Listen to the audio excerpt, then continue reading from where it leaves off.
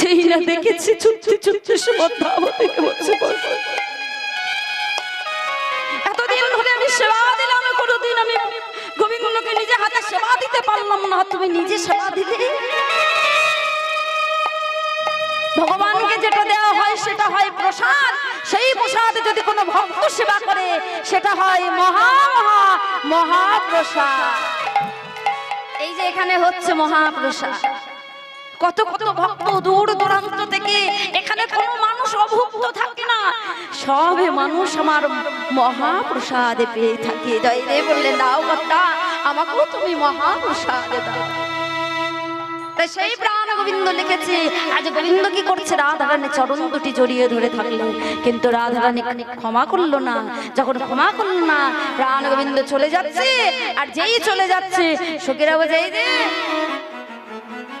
রাধারানীকে না, সেটা তোমাকে বলতে হলো না, আমাকে বলো যে তুমি কার গঞ্জে নিশি যাপন করেছিলে? তোমার এত সুন্দর মুখমণ্ডল, তোমার নীল উৎপল শ্রী মুখমণ্ডল, নীল উৎপল শ্রী মুখমণ্ডল, নীল উৎপল শ্রী মুখমণ্ডল, নীল উৎপল শ্রী মুখমণ্ডল। গোবিন্দের মুখমণ্ডল তো খুব সুন্দর।